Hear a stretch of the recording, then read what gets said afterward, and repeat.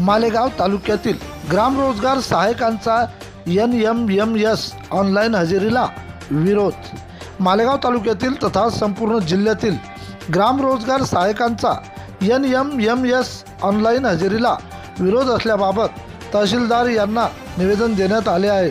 शासनाच्या वतीने ग्राम पातळीवर सुरू करण्यात आलेल्या NMMS ऑनलाईन हजेरी फेस ID प्रणाली विरोधात वाशिम जिल्ह्यातील ग्रामरोजगार सहायकांची तीव्र नाराजी व्यक्त करत आहेत। या प्रणालीवर 1 एप्रिलपासून बहिष्कार टाकण्याचा कडक इशारा यावेळी दिलेल्या निवेदनात दिला आहे।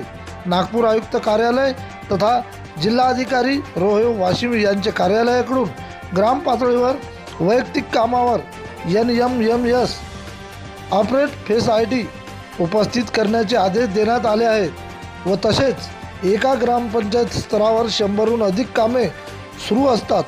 त्यामुळे प्रत्येक मजुराची ऑनलाईन हजेरी फेस ID शक्य नसल्याने या संबंधित प्रशासनाकडे अनेक वेळा निवेदने दिली, परंतु त्यामध्ये शासनाने कोणताही तोडगा काढला नसल्याने ग्रामरोजगार सहायकांनी बहिष्कार टाकण्याचा तहसीलदार यांना दिला इशारा।